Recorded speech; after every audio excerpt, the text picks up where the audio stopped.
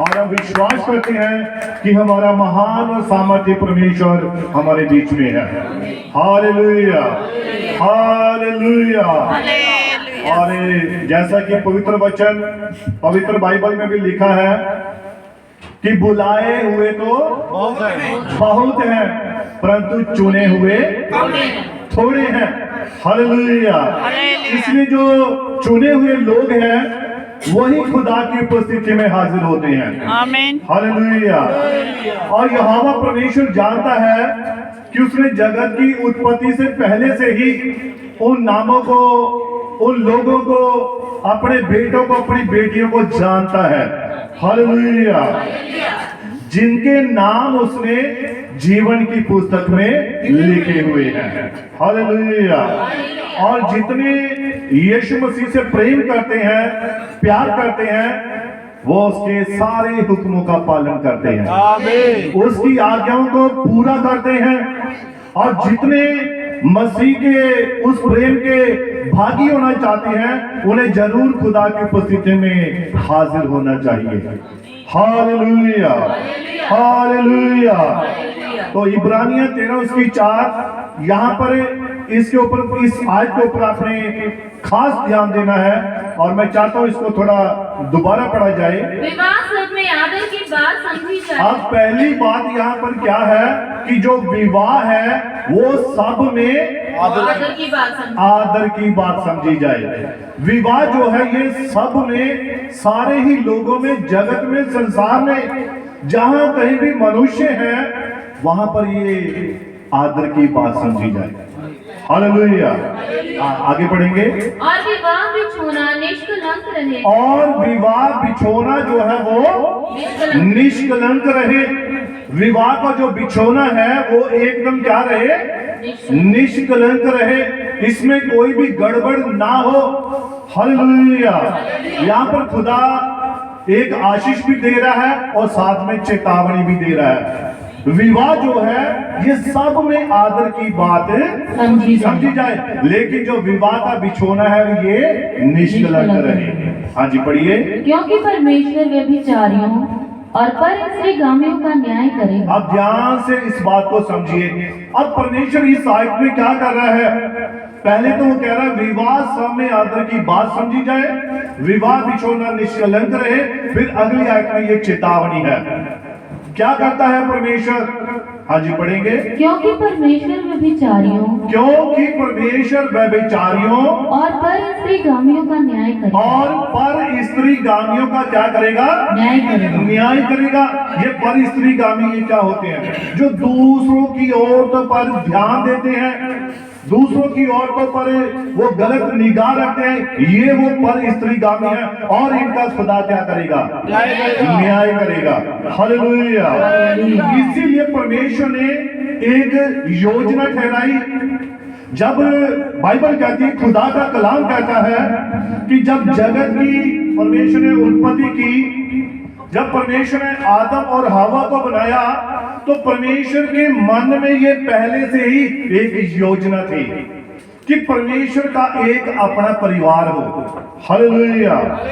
यहोवा परमेश्वर चाहता था कि उसका अपना एक परिवार हो।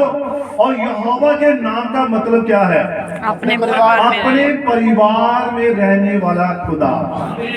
और ये वो महान खुदा जो चाहता है कि मैं अपने परिवार के बीच में अपने बाल बच्चों के साथ मिलकर रहूं। Hallelujah, hallelujah. अब देखिए, ये परमेश्वर के मन में, परमेश्वर के विचारों में एक योजना थी।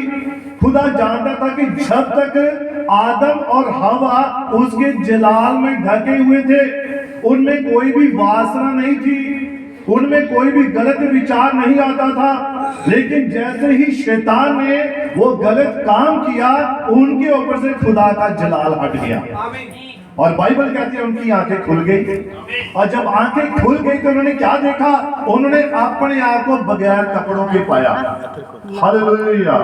लेकिन जब तक खुदा का अनुग्रह था, परमेश्वर की शकीना महिमा थी, तब तक उनमें कोई भी गलत विचार पैदा नहीं होता था। और आप जानते हैं आदम और हवा बिना कपड़ों के थे। और उनमें कोई भी ऐसी सोच, कोई भी गलत विचार नहीं आता था। क्यों? क्योंकि खुदा अपने लिए पवित्र संतानें चाहता था। वो अपने लिए पवित्र लोगों को चाहता था। और पवित्र लोग कैसे पैदा हो सकते हैं? जब माता पिता पवित्र होंगे, आमीन। जब उनके विचार शुद्ध होंगे, जब उनकी सोच शुद्ध होगी। Hallelujah, hallelujah. और जब खुदा ने ये योजना पहले से ही बना रखी थी कि मैंने क्या करना है, उसने इस गड़बड़ को रोकने के लिए उसने शादी की योजना बनाई। और आप जानते हैं जगत में, संसार में सबसे पहली शादी यहोवा परमेश्वर ने करवाई थी। आमीन, आमीन। खुदा ने करवाई थी। और वो किसके बीच में थी? आदम और हव्वा के बीच में थी। हालेलुया। और परमेश्वर चाहता था कि जो आदम और हव्वा है ये पवित्रताई के साथ, शुद्धताई के साथ अपना जीवन गुजारे। हालेलुया। लेकिन बाइबल कहती है, खुदा का कलाम कहता है कि आदम के पास अभी तक पत्नी नहीं थी। आदम अकेला रहता था और खुदा नहीं चाहता था कि आदम जो है वो अकेला रहे। इसीलिए खुदा ने अपनी योजना को क्या किया? प्रकट किया। अपनी योजना को उसने सामने लाया। और जैसा कि उत्पत्ति की पुस्तक 2 अध्याय और उसकी 18 से हम पढ़ेंगे। उत्पत्ति की पुस्तक पुराने नियम में है 2 अध्याय और उसकी 18 से। फिर यहोवा परमेश्वर ने कहा, आदम का अकेला रहना अच्छा नहीं। अब ध्यान से सभी ने सुनिए, क्या लिखा है? फिर यहोवा परमेश्वर ने कहा, फिर यहोवा परमेश्वर ने कहा, आदम का अकेला रहना अच्छा नहीं। आदम का अकेला रहना अच्छा नहीं। अच्छा नहीं है। ये खुदा कभी नहीं चाहता था कि आदम अकेला रहे। इसीलिए उसके मन में एक विचार था कि मैं आदम के लिए एक ऐसा सहायक बनाऊंगा जो बिल्कुल उसके जैसा हो, यानी कि उसके साथ मेल खाता हो। तब यहोवा परमेश्वर ने क्या किया? आप पढ़ेंगे इसको। मैं उसके लिए एक ऐसा सहायक बनाऊंगा, मैं उसके लिए एक ऐसा सहायक बनाऊंगा जो उससे मेल खाए। जो किससे मेल खाए? आदम के साथ मेल खाए। हाँ जी, पढ़िए। और यहोवा परमेश्वर भूमि में से सब जाति के पनहले पशुओं और आकाश के सब भांति के पक्षियों को रचकर आदम के पास ले तब आया। यहोवा परमेश्वर ने क्या किया? उसने भूमि में से जितने भी पशु, जानवर, पक्षी ये सब बनाए और किसके पास ले आया? आदम के पास ले आया। और उसने सोचा कि देखता हूँ आदम इनका क्या नाम रखता है। हाँ जी, पढ़िए। कि वह उनका क्या क्या नाम रखता है। और यहोवा परमेश्वर ने सब पक्षियों को, जानवर को बनाया और उन्हें बनाकर आदम के पास ले आया कि देखे आदम इनका क्या क्या नाम रखता है। अब ये सारे जानवरों के नाम किसने रखे थे? आदम ने। ये आदम ने रखे थे। बाइबल ऐसा कहती है, खुदा का कलाम कहता है कि हर एक जानवर का नाम, हर एक पक्षी का नाम, हर एक जीव जंतु का नाम किसने रखा? आदम ने रखा था। हाँ जी, पढ़िए। और जिस जिस जीवित प्राणी का जो जो नाम आदम ने रखा, और जिस जिस जीवित प्राणी का जो जो नाम या आदम ने रखा, वही उसका नाम हो गया। और वही उसका नाम हो गया। अब जो नाम आदम ने रखे, अब आदम ने गधा पकड़ा, गधा आ गया तो उसने गधे का नाम क्या रखा? गधा रखा। तो गधा उसके नाम उसके ऊपर कितना फिट है। हाथी आ गया तो हाथी का नाम उसने हाथी रखा। तो आज तक उसका नाम बिल्कुल वही है, बदले तो ये नाम। गधा है, आदम ने गधा नाम रखा, आज तक गधा है। अगर तोता है तो तोता ही रखा है, अगर कबूतर है तो कबूतर ही रखा है। जो जो नाम यहोवा ने रखे, आदम ने रखे, वही नाम आज तक चल रहे हैं। और ये नाम इतने फिट हैं, इतने परफेक्ट हैं कि इन्हें बदलने की जरूरत नहीं पड़ती है। और मनुष्य क्या करता है? बाइबल में ही हम देखते हैं यहोवा परमेश्वर ने, प्रभु यीशु मसीह ने कई लोगों के नामों को चेंज किया। जानते हैं आप, बाइबल में यहोवा परमेश्वर ने, खुदा ने बहुत सारे लोगों के नाम को चेंज किया। और मनुष्य के नाम चेंज हो जाते हैं, लेकिन जानवर के जो जो नाम थे वो आज तक विद्वान है।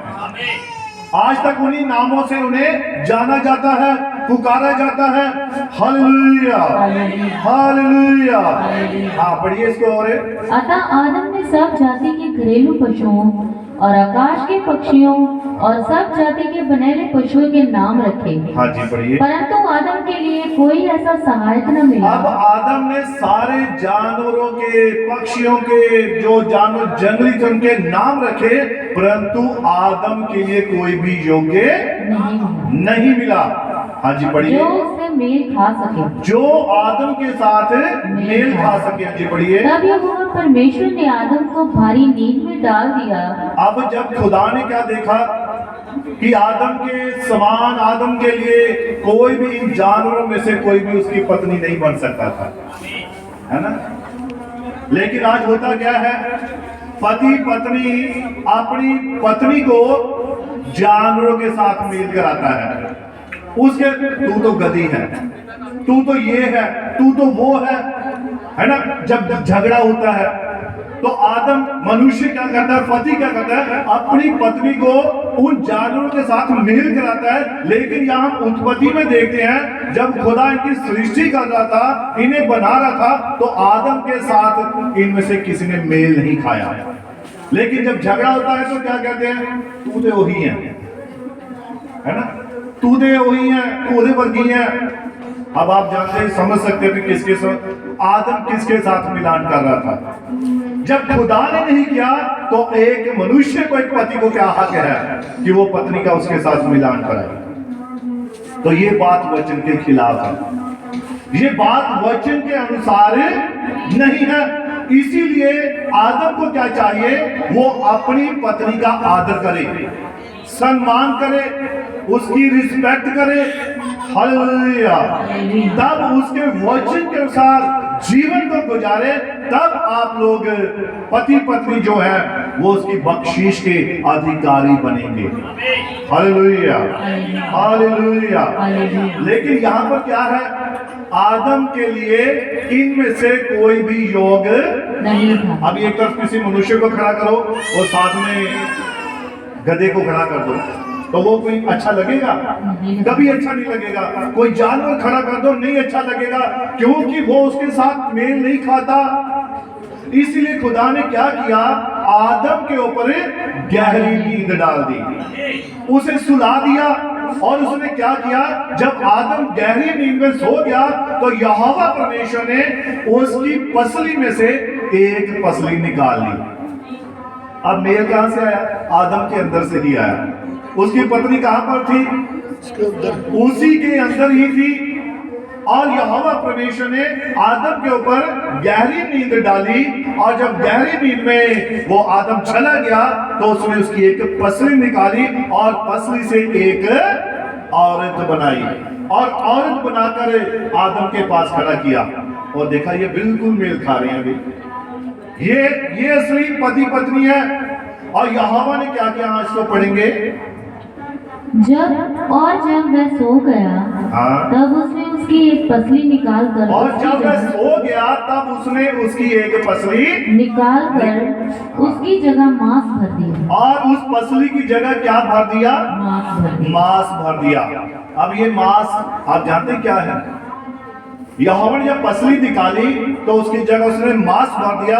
वो मांस आपका मन है, आपका हृदय है, जिसके अंदर यहोवा रहना चाहता है। Hallelujah, hallelujah. यानी कि यहोवा परमेश्वर ने आदम में से उस औरत को निकाल दिया, और औरत के उस पसली की जगह उसने मांस को भर दिया। और मांस ही खुदा का, वो हृदय जो है खुदा का घर है। हालेलुया। हाँ जी, पढ़िए। और यहोवा परमेश्वर ने उस पसली को जो उसने आदम में से निकाली थी, हाँ जी, स्त्री बना दिया। और उस पसली से उसने क्या बना दी, एक स्त्री बना दी। हाँ जी, पढ़िए। और उसको आदम के पास ले आया। और उसको किसके पास ले आया, आदम के पास ले आया। हाँ जी, पढ़िए। तब आदम ने कहा, हाँ जी, अब ये मेरी हड्डियों में की हड्डी। अब आदम ने क्या कहा, अब ये मेरी हड्डियों में की हड्डी और मेरे मांस में का मांस है। मेरे मांस में का क्या है, मांस है। मांस है। जी, पढ़िए। इसीलिए इसका नाम नारी होगा। इसीलिए इसका नाम क्या होगा? नारी होगा। अब उसका नाम किसने रखा? आदम ने। आदम ने रखा। परफेक्ट नाम। जो जो नाम आदम ने रखे वो सारे नाम आज तक पूरी तरह फिट है। हालेलुया। हालेलुया। हाँ, पढ़िए इसको। इसीलिए इसका नाम नारी होगा, हाँ जी। क्योंकि ये नर में से निकाली गई है। क्योंकि ये किसमें से निकाली गई है? नर में से। अब बहुत सारे जगत में, संसार में लोग कहते हैं औरत जब मनुष्य को पैदा करती है ना? लेकिन बाइबल कहती है कि औरत कहां से पैदा हुई? वो तो आदम के अंदर से निकली। ये तो आदम का हिस्सा है, आदम का भाग है। जो पत्नी है वो अपने पति का हिस्सा है, वो उसका ही एक भाग है। उसी की हड्डी में से हड्डी, उसी में मांस का मांस है। Hallelujah, hallelujah. और आज हम इस हड्डी की इज्जत नहीं करते हैं। अरे बड़ी टीढ़ हड्डी है, ऐसा बोलते हैं। लेकिन ऐसा नहीं बोलना है। हमें अपनी पत्नियों को क्या करनी है? रिस्पेक्ट करनी है। लेकिन जब हम कुरान में पढ़ते हैं, लिखा है कि यही औरत, इसने बड़े बड़े नबियों को पैदा किया, इसने बड़े बड़े संतों को पैदा किया। Hallelujah, hallelujah. और अब इस औरत की हमें क्या करनी है? रिस्पेक्ट करनी है। और जो पति ऐसा नहीं करते हैं, इस वचन को सुनने के बाद उन्हें जरूर अपनी पत्नियों की इज्जत करनी चाहिए। Hallelujah, hallelujah. हाँ, पढ़िए इसको थोड़ा आगे। इस कारण पुरुष अपने माता पिता को छोड़कर, इस कारण, ध्यान से सुनिए, बाइबल कहती है इस कारण पुरुष अपने माता पिता को छोड़कर अपनी पत्नी से मिला रहेगा। अपनी पत्नी से मिला रहेगा। किनको छोड़कर? माता पिता। मेरी तरफ ध्यान देना सभी ने। किनको छोड़कर? माता पिता को छोड़कर मनुष्य जो है किसके साथ मिला रहेगा? पत्नी के साथ। लेकिन जब पत्नी आ जाती है तो माता पिता ही उसके खिलाफ बोलना शुरू कर देते हैं, ए जनानी मगर लगेगा, है ना? बाइबल कहती है ये तो एक खुदा का नियम है, ये तो खुदा का कानून है कि जब उनकी शादी हो गई फिर वो दोनों एक तन है, फिर वो दोनों ही खुदा की बख्शिश के साझे अधिकारी हैं। इसमें ना तो माता पिता को कोई प्रॉब्लम होनी चाहिए, ना रिश्तेदारों को होनी चाहिए, ना लड़की के माता पिता को और ना ही लड़के के माता पिता को। Hallelujah, hallelujah. लेकिन प्रॉब्लम कहां से पैदा होती है? जब परिवार में एक बहू आ जाती है, औरत आ जाती है ना, अरे ये अपने पत्नी नाल बस बैठा रहता है, कमान तो रहता है। बाइबल कहती है कि पति और पत्नी दोनों एक तन होंगे, एक शरीर है। तो लिखा है वचन में, हमने संत मत्ती की अंजील 19 उसकी 5 और उसकी 6 आयत में क्या पढ़ा, इसको पढ़िए। इस कारण मनुष्य अपने माता पिता से अलग होकर अपनी पत्नी के साथ रहेगा। इस कारण मनुष्य अपने माता पिता से अलग होकर अपनी पत्नी के साथ रहेगा, मिला रहेगा। हाँ जी, और वे दोनों एक तन होंगे। और वह दोनों एक तन होंगे। अब वो दोनों एक तन होंगे। इसीलिए बाइबल कहती है जिसे परमेश्वर ने जोड़ा है मनुष्य से अलग ना करे। और जो अलग करता है वो क्या करता है? खुदा के कानून के खिलाफ चलता है, वो खुदा के हुक्म को तोड़ता है, वो खुदा के वचन की क्या करता है? निरादरी करता है। Hallelujah, hallelujah. इसलिए क्या करना है? इस बात को अपने हृदय में, अपने मन में अच्छी तरह से बैठा लीजिए। पति पत्नी को कभी भी अलग करने की चेष्टा ना करें, कभी भी चेष्टा ना करें। ये खुदा का एक नियम है, ये खुदा की आज्ञा, ये उसका परिवार है। हालेलुया। और संत मलाकी की अंजील में लिखा है 2 अध्याय जब इसकी 14 को पढ़ते हैं, वहां लिखा है कि यहोवा परमेश्वर जब तुम्हारी शादी हुई थी तो वहां पर वो साक्षी बना था, वहां पर वो उनके बीच में था। हालेलुया। हाँ, पढ़िए इसको।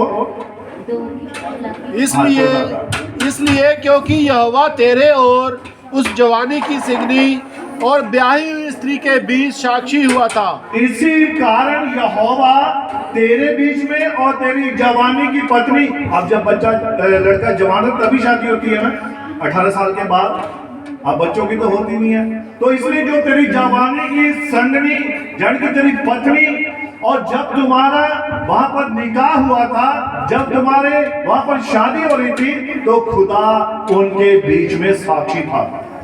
और खुदा वहां पर उन बातों को, उन प्रॉमिस को, उन प्रतिज्ञा को, उन कमिटमेंट को पूरा करने के लिए वहां पर मौजूद होता है। हालेलुया।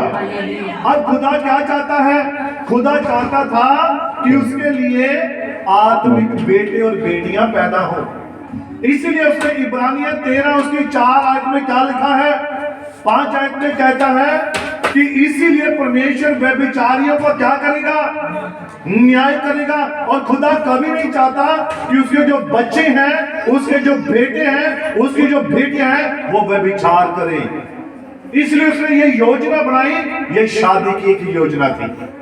ये खुदा का एक वरदान है, एक गिफ्ट है, और ये एक आदर की बात है। इसलिए इस बात का हमें सम्मान करना चाहिए, आदर करना चाहिए कि जब विवाह होता है तो खुदा उसमें शामिल होता है। और खुदा चाहता है कि जो शादियां पवित्रताई के साथ होती हैं, माता पिता की मर्जी के अनुसार होती हैं, उन शादियों को खुदा बरकत देता है। नहीं तो आप जानते कि शादियां होती हैं, लेकिन 10 दिन के बाद, 15 दिन के बाद, साल के बाद क्या होता है? अलग अलग हो जाते हैं। लेकिन ये अलग करने वाला कौन है? ये लूसीफर है, ये शैतान है, जो नहीं चाहता कि खुदा के लिए आत्मिक बच्चे पैदा हो। अब जितनी आत्मिकता बढ़ेगी, इससे किसको महिमा मिलेगी? खुदा को महिमा मिलेगी। और जितने शैतान के व्यभिचार से बच्चे पैदा होंगे, उससे किसको महिमा मिलेगी? वो शैतान को महिमा मिल रही है। तो इसलिए खुदा चाहता था कि उसके लिए आत्मिक संतानें पैदा हो। इसलिए यहोवा परमेश्वर बीच में साक्षी होता है कि उसके जो बेटे, उसकी जो बेटियां हैं, वो जो आगे बच्चों को पैदा करें, वो शुद्ध बच्चे पैदा हो। आप जानते हैं व्यभिचार से जन्मा हुआ बच्चा 1400 साल तक खुदा की हजूरी में नहीं जा सकता था। और 40 साल की एक पीढ़ी होती है, और सॉरी माफी चाहता हूं, शायद 400 साल है या इतने की लमसम बात है कोई। 400 साल तक वो बच्चा खुदा की उपस्थिति में जा ही नहीं सकता था। और इसीलिए खुदा चाहता कि मेरे बच्चे मेरे अनुग्रह में बने रहें। और वो चाहता जो बच्चे पैदा हो वो आत्मिक बच्चे पैदा हो। आप देखिए, इस बात पर गौर कीजिए, जो पत्नी शादी के बाद, अपनी शादी के बाद जो दुआ में, प्रार्थना में बनी रहती है, जो पति दुआ में, प्रार्थना बने रहता है, उनके बच्चे भी आगे शुद्ध पैदा होते हैं। और उन बच्चों में खास बात होती है, उनके पास बुद्धि होती है, उनके पास समझ होती है, उन्हें किसी बात को इतना समझाना नहीं पड़ता है। क्यों? क्योंकि उनके माता पिता ने उनके पैदा होने से पहले उनके लिए दुआएं की हैं, उनके लिए प्रार्थनाएं की हैं। हालेलुया। लेकिन यहाँ आज संसार में, जगत में क्या हो रहा है? हम अपने बच्चों को खुद श्राप देते हैं, हम अपने बच्चों को खुद बुरा भला बोलते हैं। और एक बात मैं बताना चाहता हूँ, बहुत बार क्या होता है, हम अपने बच्चों को खुद श्रापित करते हैं और उन्हें कभी गधा, कभी जानवरों के साथ वो नाम, वो संबोधन करते हैं। अब जब एक बच्चे को माता पिता गधा कह देते हैं, तो अगर बच्चा गधा हुआ तो उसके माता पिता फिर कौन हुए? वो गधा और गधी, जानवर हुए। तो यानी कि अगर माता पिता गधा गधी हो गए, तो उसके दादा दादी क्या हुए? वो भी वही जानवर हुए। उनके परदादा क्या हुए? ऐसे करते करते जब आप अपने बच्चों को ऐसा बोलते हो, तो बात आदम हवा तक चली जाती है। और जब आदम और हवा तक चली जाती है, तो बाइबल कहती है, खुदा का कलाम कहता है, आदम किसके स्वरूप में पैदा हुआ था? परमेश्वर के। वो खुदा के स्वरूप में पैदा हुआ था। तो हमने फिर गधा किसे बोल दिया? तो हम कैसे भी बरकत के अधिकारी हो सकते हैं? कैसे हम आशीष पा सकते हैं? इसलिए अपने बच्चों को गलत नामों से बुलाना बंद कर दीजिए। आपके मुख में से हमेशा अपने बच्चों के लिए, अपनी पत्नी के लिए, अपने पति के लिए अच्छे अच्छे ब्लेसिंग वाले शब्द निकले।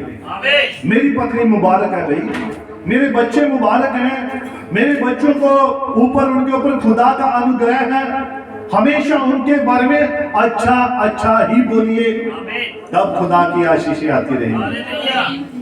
और नबी का एक संदेश है जिसमें आप पढ़ते हैं, एक अंधा व्यक्ति था, है ना, और सभी उसे कहते हैं तू अंधा है, और उसने जाकर जब विलियम मैरिन ब्रैनम से, हमारे यूके नबी से प्रार्थना करवाई, तो उसने कहा तू चंगा हो चुका है, तू देखने लग पड़ा है।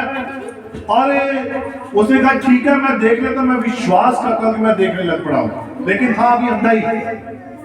और जो भी उससे मिलता, अरे सुना है तू चंगा हो गया है, तू देखने लग पड़ा है, हाँ मैं देखने लग पड़ा हूं, अच्छा बताइए कितनी उंगलियां हैं, 5 कितनी है, 4 है, उसे सवाल करते थे।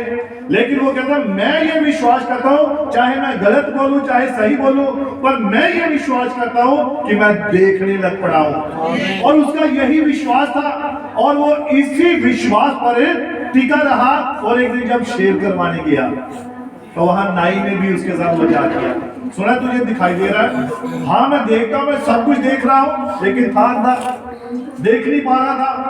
तो उसने कहा सुना है तूने दुआ कराई थी, तूने प्रार्थना करवाई थी, और अभी भी देख तू ऐसा है। नहीं, मैं विश्वास करता हूं कि मैं सब कुछ देख रहा हूं। ये उसका विश्वास था।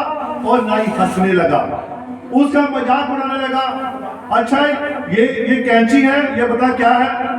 तो जब उसका विश्वास इतना बढ़ चुका था, मैं देख रहा हूं, मैं देख रहा हूं, मैं देख रहा हूं, तो उसने सचमुच कहा ये देख, ये तेरा उस्तरा है, ये देख, ये तेरी करीब है, ये देख, ये तेरी फलानी चीज है। और वो सचमुच में देखने लग पड़ा था।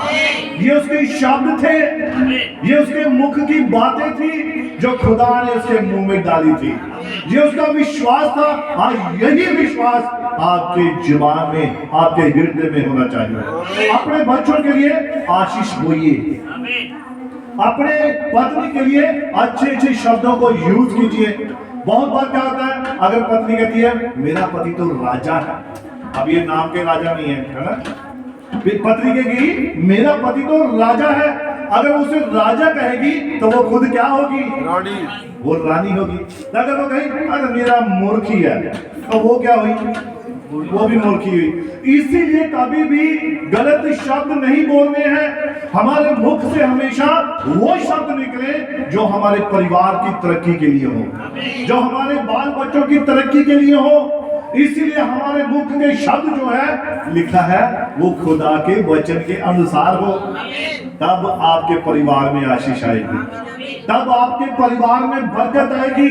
और खुदा चाहता है कि मैं अपने परिवार के बीच में रहूं, लेकिन कब रहेगा, जब आप उसके वचन को पूरा करेंगे, एकदम एक्यूरेट सिद्धता के साथ उसके वचन को ध्यान से सुनिए, विश्वास कीजिए और मान लीजिए कि मेरे लिए ये हो चुका है, तो आपके लिए सचमुच हो जाएगा।